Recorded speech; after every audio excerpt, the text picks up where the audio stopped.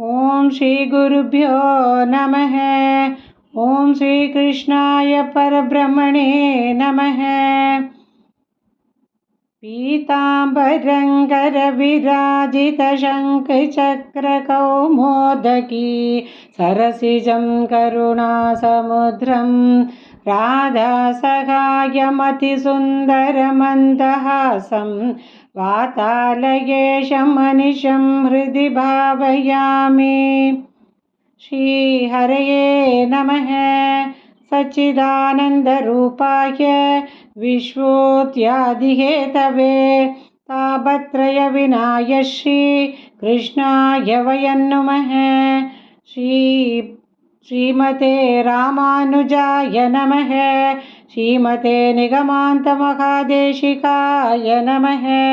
श्रीनारायणकवचं राजोवाच यया गुप्तः सहस्राक्षः सवाहान् रिपुसैनिकान् क्रीडन्निव विनिर्जित्य त्रिलोक्या बुभुजे श्रियम्। भगवंस्तन्ममाख्याहि वर्मनारायणात्मकं यथा तथा नियशत्रून् येन गुप्तो जयन्मृदे। श्रीशुक उवाच वृतः पुरोहितस्वाश्रोः महेन्द्रायानुपृच्छते नारायणाख्यं वर्माः तदिहैकमनाशृणु। विश्वरूप उवाच दौर्दाङ्गिपाणिराचम्य सपवित्र उदङ्मुखः कृतस्वाङ्गकरन्यासः मन्त्राभ्यां वाग्यतः शुचिः। नारायणामयं वर्म सन्नहेद्भय आगते पादयोर्जानुनोरुर्वोः उदरे हृद्यथोरसि। मुखे शिरस्यानुपूर्व्याद् ओङ्कारादीनि विन्यसेत्। ॐ नमो नारायणायेति विपर्ययमथापि वा। करन्यासं ततः कुर्यात् द्वादशाक्षरविद्यया प्रणवादियकारान्तम् अङ्गुल्यङ्गुष्ठपर्वसु। न्यसेद्धृदय ओङ्कारं विकारमनुमूर्धनि षकारं तु भ्रुवोर्मध्ये नकारं शिखया दिशेत्। वेकारं नेत्रयोर्युञ्ज्यात् नकारं सर्वसन्धिषु मकारमस्रमुद्दिश्य मन्त्रमूर्तिर्भवेद्बुधः।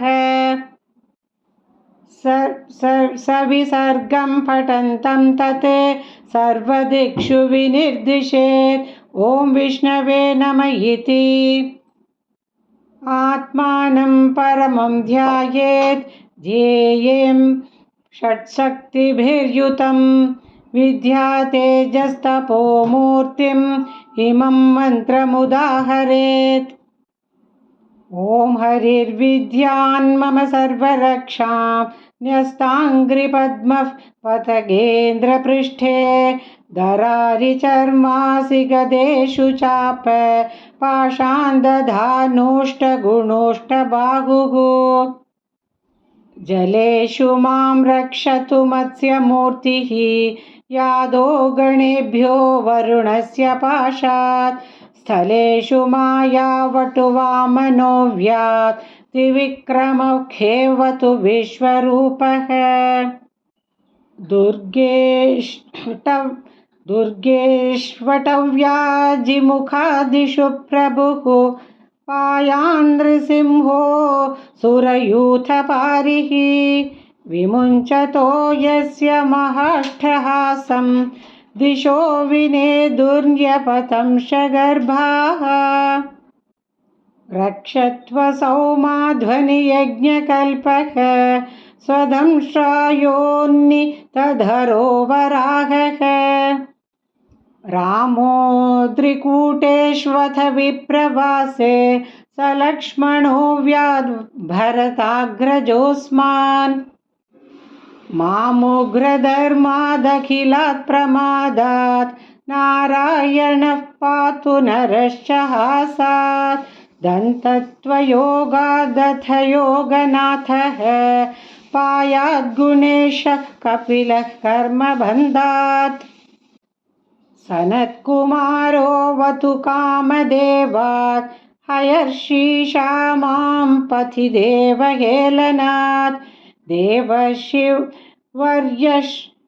पुरुषार्चनान्तरात् कूर्मो हरेर्मां निरयादशेषात् धन्वन्तरिर्भगवान् पात्वपथ्यात् द्वन्द्वाद्भयादृषभो निर्जितात्मा यज्ञश्च लोकादवदाज्जनान्तात् बलो गणात् क्रोधवशादहीन्द्रः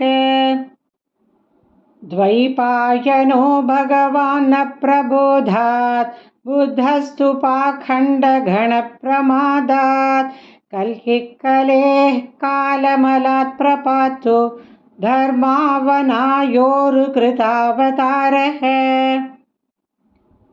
मां केशवो गदया प्रातरव्यात् गोविन्द आसङ्गवमाप्त वेणुः नारायणः प्राणः उदात्त शक्तिः मध्यं दिने विष्णुररीन्द्रपाणिः देवोपराग्ने मधुहोग्रधन्वा सायं त्रिधामावतु माधवो मां दोषे ऋषिकेश उदार्धरात्रे निशीथये कोऽवतु पद्मनाभः श्रीवत्सधामा पररात्र ईशः प्रत्युष्य ईशोऽस्थिधरो जनार्दनः दामोदरो व्याधनुसन्ध्यं प्रभाते विश्वेश्वरो भगवान् कालमूर्तिः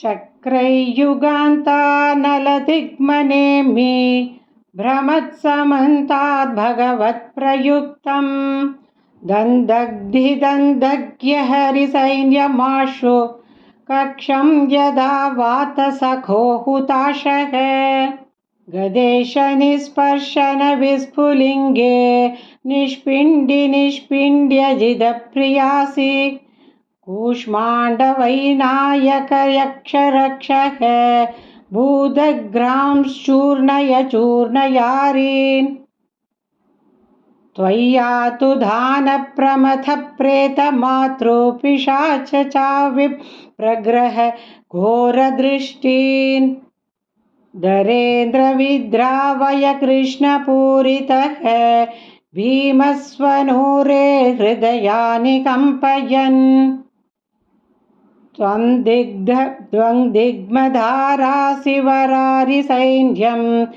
ईशप्रयुक्तो मम छिन्दि छिन्दि चक्षूंषि चर्मच्छतचन्द्रछादय द्विषामघो नामहर पापचक्षुमाम् यन्नो भयङ्ग्रेभ्यो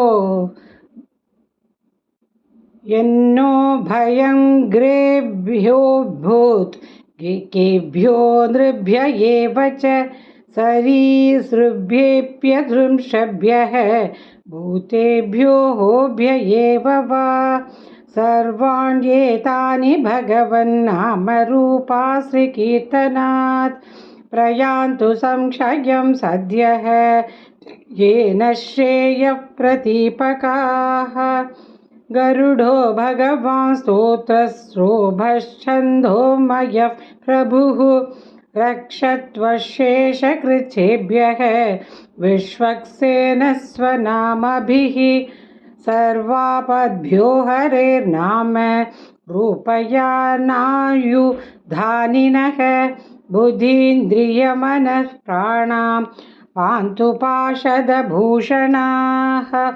यथा हि भगवान्नेव वस्तु सदसच्ययते सत्येनानेन न सर्वे यान्तु नाशमुपद्रवाः यथैकात्म्यानुभावानां विकल्परहितस्वयं भूषणायुधलिङ्गाख्यां दत्ते शक्तिः स्वमायया तेनैव सत्यमानेन सर्वज्ञो भगवान् हरिः पातु सर्वैः स्वरूपैर्नः सदा सर्वत्र सर्वगः विदिक्षु दिक्षुर्दमथः समन्तात् अन्तर्बहिर्भगवान् नारसिंहः प्रहापयं न लोकभयं स्वनेन स्वतेजसा ग्रस्तसमस्ततेजाः